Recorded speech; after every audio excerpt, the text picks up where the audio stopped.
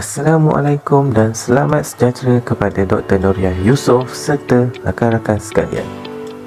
Saya Muhammad Fikri bin Abdul Rahim, nombor matrik 146724, dan kami terdiri daripada 9 orang ahli. Tajuk pembentangan pada hari ini ialah Chapter 3, Globalization, Definition and Dimension, muka surat 150 hingga 158. Sebelum saya meneruskan pembentangan ini, saya akan memperkenalkan ahli kumpulan ini. Agenda perbincangan kita pada hari ini ialah dimensi ideologi, dimensi budaya, dimensi alam sekitar, dan yang terakhir ialah dimensi ke arah definisi globalisasi, yang dipetik daripada penulisan ilmiah Chapter 3, Globalization, Definition and its Dimension, halaman 150 hingga 158. Ia dipanggil sebagai kejayaan liberalisme dan kapitalisme seperti yang dikatakan oleh Francis Fukuyama pada tahun 1992. Kekurangan alternatif kepada liberalisme menimbulkan pandangan bahawa kapitalisme adalah fenomena yang tidak dapat dielakkan di seluruh dunia. Semasa era Perang Dingin, sosialisme telah menyediakan jalan pemodenan alternatif yang dipandu dari atas yang bertujuan untuk mewujudkan masyarakat yang lebih adil berkenaan pengedaran. Negara-negara kapitalis menganggap sosialisme sebagai pelanggaran kepada komunisme di bawah diktator proletariat yang membenarkan tadbir urus dan kegagalan autoritarian. Blok sosialis menyediakan kuasa balas kepada dunia kapitalis, namun kejatuhan sosialis ini telah membuka peluang kepada dunia bukan barat untuk mendapatkan sokongan ketenteraan dan keuangan. Organisasi antarabangsa seperti Bank Dunia dan IMF memaksa tadbir urus negara ke dalam pelarasan struktur dan penyakawal seliaan serta membuka negara barat untuk produk dan modal barat. Maka tidak hairanlah bahawa anti-barat retorik berkembang kerana ia dilihat sebagai ekspresi neo-imperialisme. Saya akan meneruskan dengan dimensi budaya. Globalisasi dikatakan berasal daripada barat. Namun begitu, Nedevin Peters menentang pandangan ini dan beliau menyatakan bahawa globalisasi budaya bukan ataupun tidak sama dengan pembaratan ataupun Amerikanisasi. Ia tidak menyebabkan kehilangan ataupun pengisihan budaya, adat resam dan juga unsur-unsur bagi sesuatu tamadun, tetapi ia mencampurkan dua buah budaya dan melahirkan satu budaya yang lebih baik. Pencampuran kedua-dua buah budaya atau lebih menghasilkan satu pengaruh yang melahirkan budaya hybrid global yang baharu. Selain itu, terdapat hujah lain terhadap pandangan budaya Amerika global yang muncul, iaitu dengan simbol budaya dalam bentuk besar-besaran seperti McDonald's, Coca-Cola dan makanan segera yang menunjukkan budaya masyarakat Amerika yang menyukai makanan segera. Malah rasa dalam sesuatu produk itu juga disesuaikan untuk rantaian budaya yang berbeza.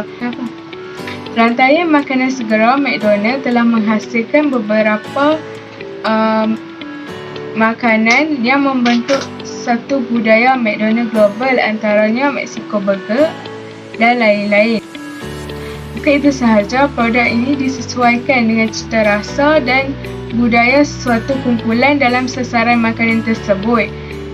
Selain negara barat, McDonald's dijadikan sebagai tempat bertemu ataupun berkumpul sesama ahli keluarga, belia ataupun rakan-rakan. Oleh itu, untuk mengekalkan tahap simbolisme ini, seharusnya kita sebagai masyarakat harus memahami makna sosial dan budaya bagi masyarakat global. Okey, Assalamualaikum dan selamat petang semua. Saya Siti Rosahara akan menyambung pembentangan dari kawan saya iaitu Siti Asdah. Okey, saya akan membentangkan tentang dimensi alam sekitar.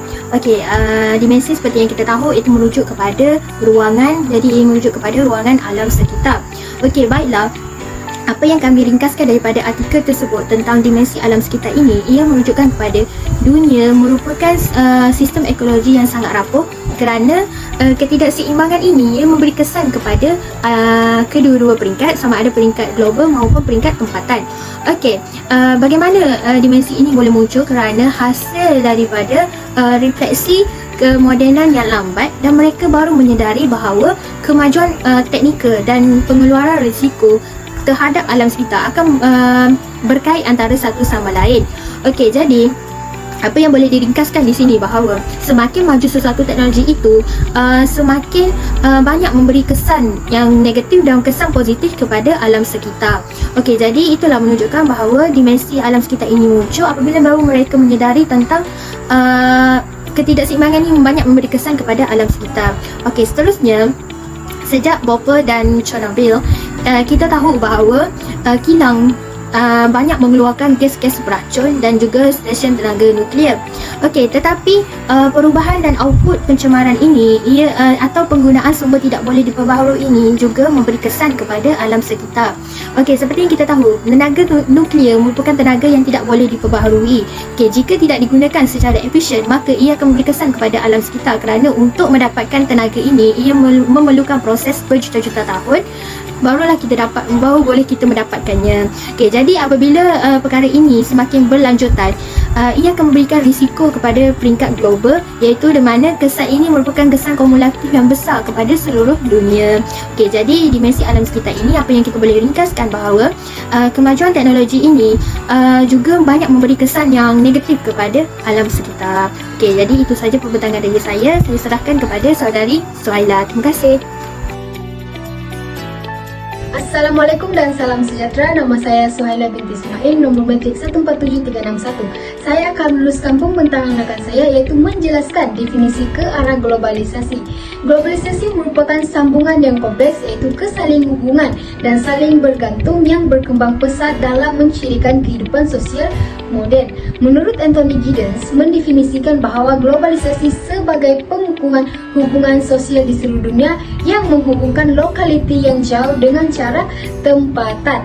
Selain itu juga, menurut Robertson, pemampatan global ini termasuk dalam hujah teori pergantungan dan sistem dunia, di mana mampatan ini membawa kepada kedekatan yang boleh dilihat dalam masa yang diambil sama ada secara fizikal, iaitu dalam perjalanan atau perwakilan melalui teknologi maklumat untuk melintasi jarak.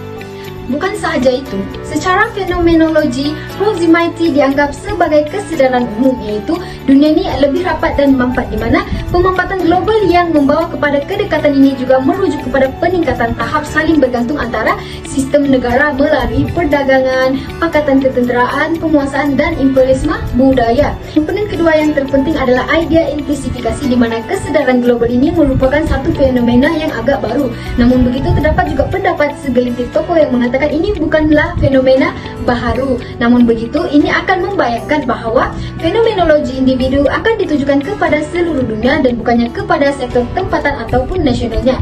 Bukan sahaja dalam soal media massa dan pilihan pengguna, tetapi dalam isu-isu seperti ketenteraan, politik, isu ekonomi, isu agama, isu kewarganegaraan, isu alam sekitar dan kedudukan wanita juga. Buat pertama kali dalam sejarah dunia, ini menjadi satu persekitaran sosial dan budaya. Oleh itu, dalam semua bidang kehidupan, isu tidak lagi boleh dilihat secara bebas daripada perspektif tempatan. Yang jelas terbukti globalisasi telah menghubungkan dunia. Di samping itu, Robertson tidak membayangkan integrasi lebih besar daripada penyatuan ataupun sistematisasi yang besar menyebabkan lebih banyak ketersambungan. Oleh itu, dalam manifestasi kesedaran holistik abad ke-20 yang unik ini, globalisasi melibatkan relativisasi titik rujukan individu dan nasional kepada yang umum dan supranasional. Ia melibatkan perkaitan budaya, sosial dan fenomenologi antara diri individu, masyarakat kebangsaan, sistem masyarakat antarabangsa dan juga kemanusiaan secara umum. Sekian itu saja daripada saya. Terima kasih.